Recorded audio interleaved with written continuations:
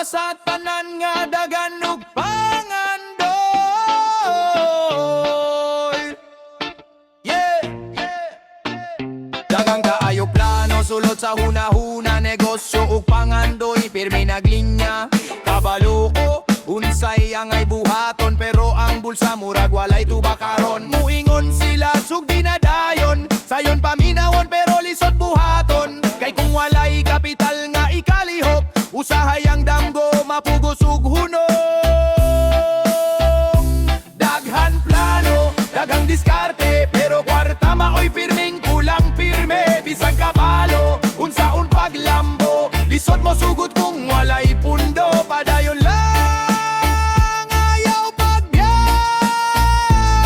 moabot ra ang adlaw nga imong gihulat.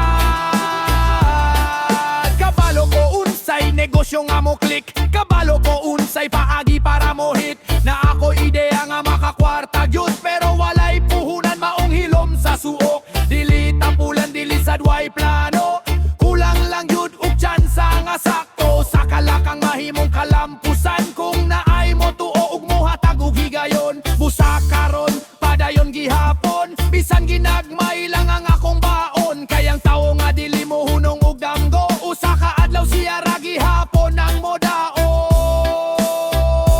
Daghan plano, daghang diskarte, pero kwarta maoy pirming kulang pirme. Bisang kabalo, unsaon paglambo, lisod mo sugod kung walay pundo. Padayon lang, ayaw pagbiya,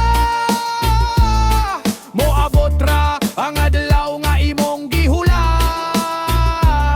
Daghan plano, daghan diskarte, kawadon lang usay maoy kapareha. Apan ang pangandoy dili mapalit, basta kugihan mo abot ang kapalit.